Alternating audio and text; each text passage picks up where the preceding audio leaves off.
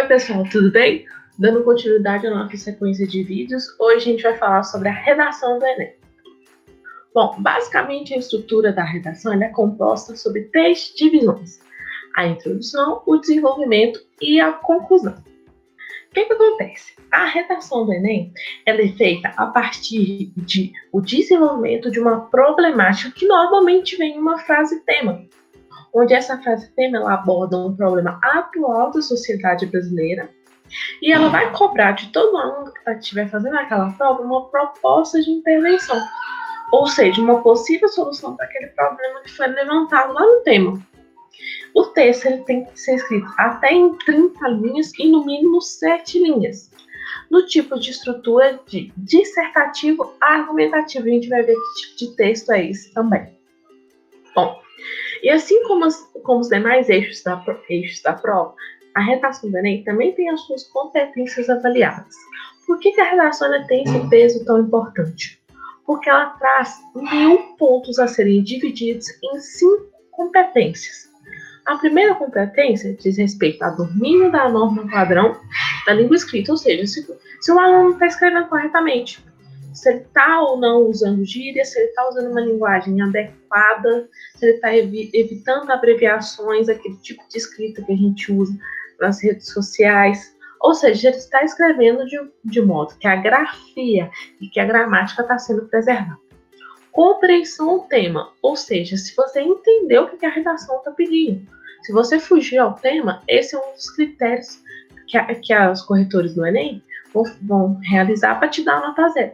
Então, esse segundo quesito está falando o seguinte: olha, com base na frase tema que eu te dei, desenvolve um texto com introdução, desenvolvimento e conclusão a partir desse tema que eu estou te dando, de modo que você não fuja dele. A terceira competência diz respeito à seleção e organização da informação, ou seja, se tudo que você está falando na sua redação tem sentido, se ela está bem organizada e se ela está bem contextualizada. E que se as partes que estão dentro da redação estão dialogando entre si, ou seja, se elas estão coerentes e coesas. A competência de número 4 faz o seguinte, que a gente diz o seguinte, que é avaliado a demonstração de conhecimento da língua necessária para a argumentação do texto. Ou seja, com base no problema que você levantou lá na introdução, baseado na frase tema, os argumentos que você utilizou são fortes, moderados ou fracos. E esses 3 requisitos vão ser baseados de acordo com o tipo de estratégia argumentativa que você utilizar. Então, dependendo do tema, vamos supor que você utilizou um dado estatístico ou você utilizou um argumento histórico. Esses vão ser os pontos que serão avaliados pelos corretores para te dar uma nota entre 0 e 200, assim como nas demais competências.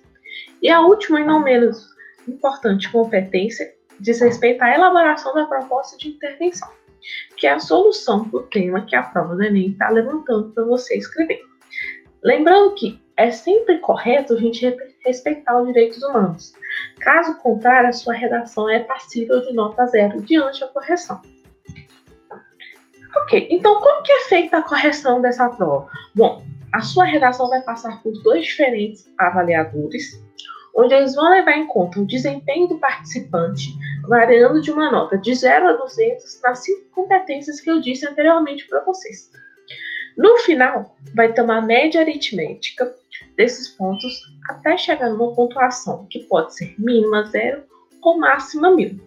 Caso a sua redação ela tenha uma avaliação muito discrepante para os dois, por exemplo, o primeiro avaliou em 600 e o segundo em 200, cabe à banca do Enem indicar um terceiro avaliador que vai fazer a correção da nota e a média aritmética vai ser a soma dessas 3 notas dividido pelo total de avaliadores.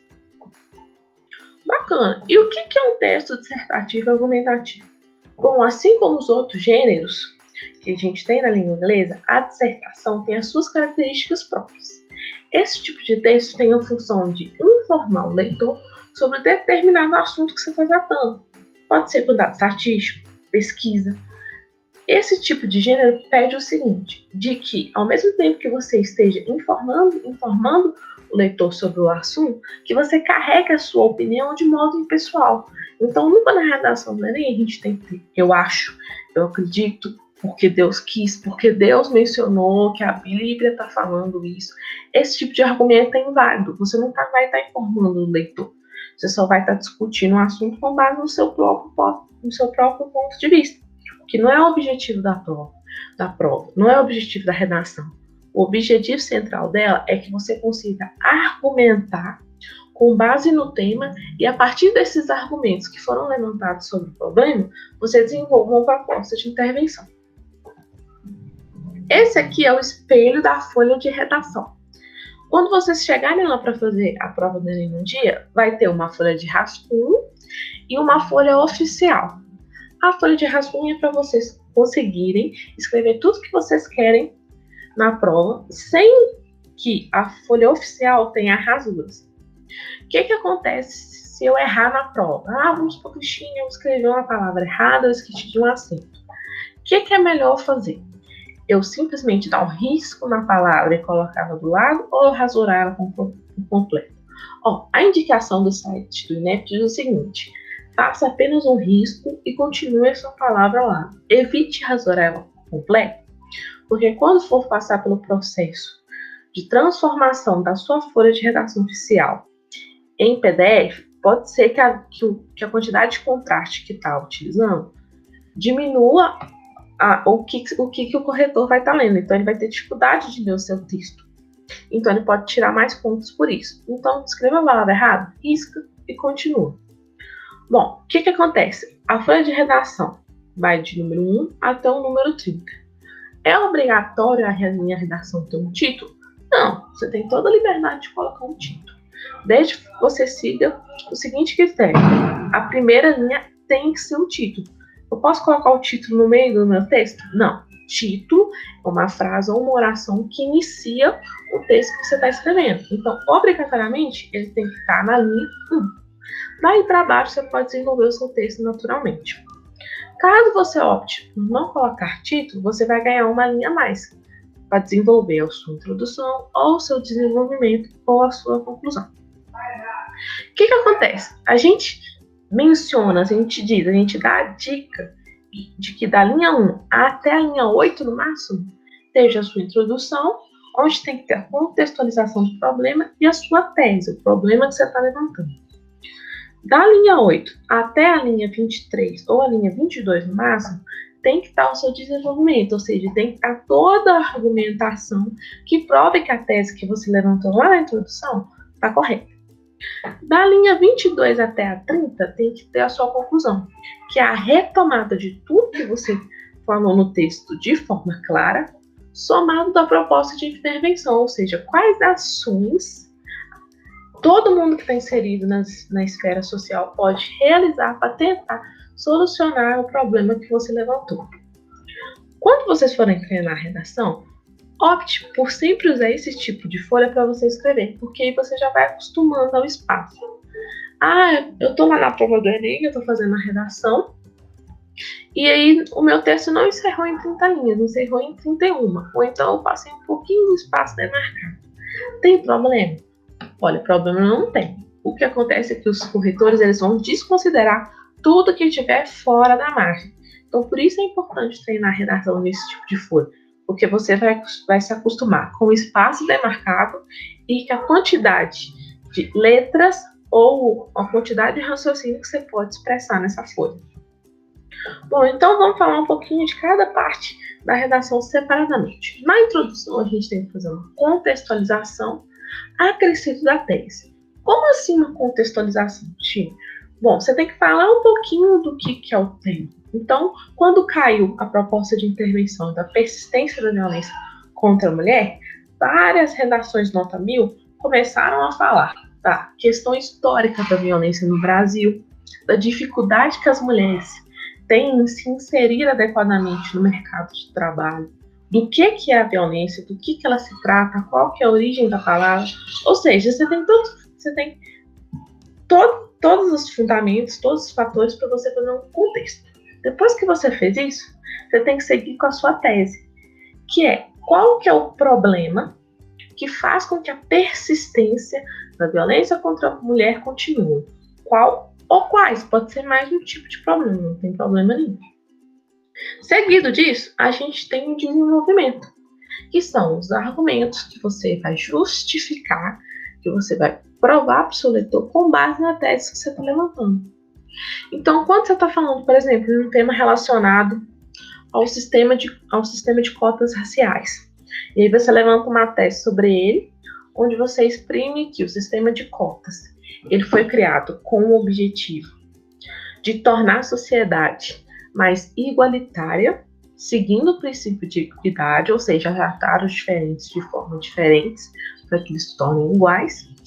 Além disso, o sistema de cotas veio para justificar, ou seja, amenizar todo o contexto histórico do Brasil, onde a maior parte da etnia branca ocupa os maiores espaços aqui da sociedade. Se você levantou esses dois problemas na sua tese, você vai ter que criar argumentos que sustentem isso. Pode ser um dado estatístico, pode ser um contexto histórico que também sirva como argumento, pode ser uma exemplificação de um caso. Ou seja, você tem várias estratégias também para desenvolver o argumento que você está fazendo. Lembrando que nunca numa redação do Enem a gente pode usar a primeira pessoa. Então eu acho, eu penso, eu acredito, não é para usar, porque vocês vão perder muito ponto com isso. Na conclusão, a gente tem que fazer a retomada do texto, somado com a proposta de intervenção. Como que eu vou retomar tudo que eu falei no texto? Tente pensar da forma mais clara possível o que o seu texto quis dizer, em uma frase somente. E tente usar essa frase na conclusão. Para aí, depois que você fizer isso, você seguir com a proposta de intervenção. O que é essa proposta?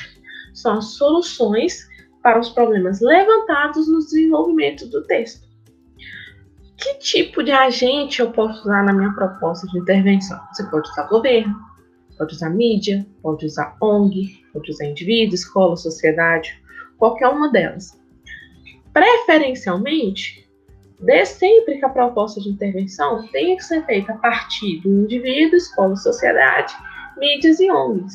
Não é que o governo não possa estar inserido na proposta de intervenção, mas a redação do Enem quer que você pense além da esfera do governo. O que você, como cidadão, ou o que a sociedade como um todo pode fazer para tentar solucionar aquilo que você está levantando que é um problema. Aqui a gente traz um ponto muito importante de algumas coisas que você não pode fazer para zerar a redação. Então, primeiro, a redação do Enem define que um texto com menos de 7 linhas não é redação. Então, se você fazer um tema, você está lá na prova do Enem, e você achou o tema super difícil, e você não conseguiu desenvolver mais do que 7 linhas, automaticamente a sua redação vai ser zerada, e você vai perder 1000 pontos. Cópia dos textos motivadores. O que é isso? Bom, a redação do Enem traz uma sequência de textos motivadores para complementar a frase tema ou a frase problema que foi levantada para você discutir. Não necessariamente um texto motivador precisa ser um texto. Ele pode ser uma charge, pode ser um gráfico, pode ser uma frase ou pode ser só uma menção histórica. Se você copiar alguma parte ou copiar aquele texto motivador como um todo, seja no início, no meio ou no final da sua redação, você também vai receber 0. Se você fugir ao tema, ou seja, como dito anteriormente naquele exemplo, né? A gente estava falando da persistência da violência contra a mulher. E eu começar a falar da violência dos estádios, sua redação vai receber 0, porque você está fugindo do tema. Ah, mas eu estou falando da violência.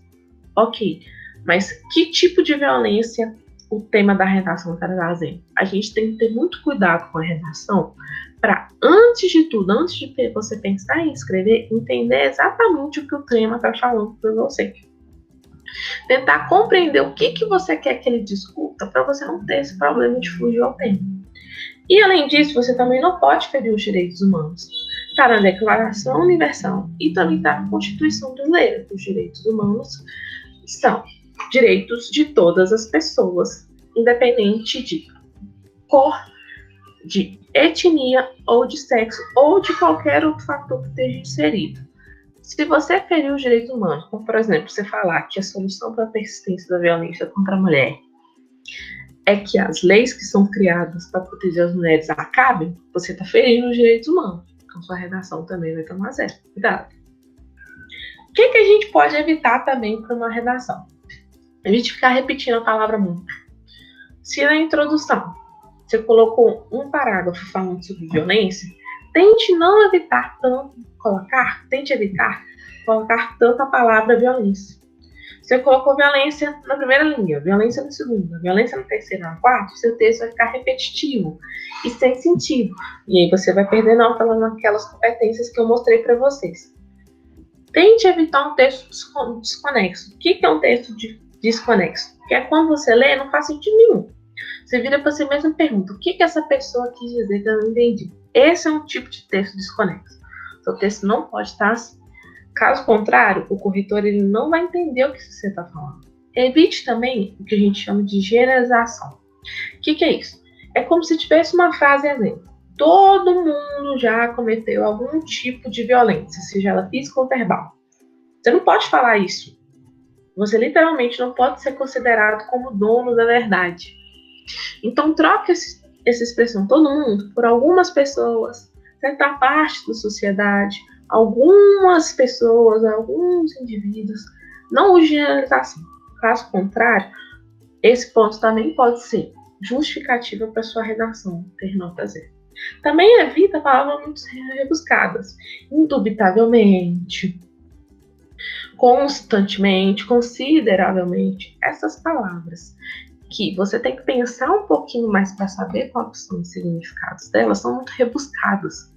Não é que você não pode usar ela na redação, pode, mas tente evitar elas, porque o que acontece? Quanto mais simples a sua redação tiver em termos de escrita e entendimento, mais o corretor vai entender o que você está dizendo. Então você vai ganhar uma pontuação satisfatória na correção. Aqui a gente também traz algumas dicas para a redação. O que é importante fazer para você ir bem na redação do Enem? Sempre tem na escrita. Tá fazendo a redação? Imprime aquela folha, aquele modelo que eu mostrei para vocês, e faz a redação nele. Evite ficar fazendo redação no computador, porque você perde a contagem de linhas que você está escrevendo. Não necessariamente 30 linhas de um texto no Word equivale às 30 linhas na folha do Enem. Então, pode ser que quando você for fazer a prova, você vai perder a sua linha de raciocínio porque o espaço está sendo menor. Além disso, se atente à coerência e coesão. O que é isso? É a conexão do texto. Se o que está falando na introdução tem a ver com o que está falando no desenvolvimento e que, por sua vez, tem que estar falando na conclusão. Uma outra dica super importante: estude os temas anteriores. Mas os temas anteriores não vão cair novamente. Não, eles não vão. Mas se você atenta ao estilo da frase tema, como que o Enem traz os textos motivadores, você passa a entender melhor como que funciona a prova. E aí você também pode ir mais preparado. E a última dica de hoje é sempre escrever na folha de redação padrão de Enem. Então, está terminando redação em casa? Imprime umas cópias daquela folha e faz a redação em cima dela para você treinar espaço, coerência, coesão e sua argumentação somado à sua introdução. Bom, foi isso a parte da redação da prova do Enem. Nós somos a equipe Checklist. Fique atento que a gente tem ao longo da semana mais alguns vídeos super bacanas para apresentar para vocês que podem ajudar vocês a realizar a prova.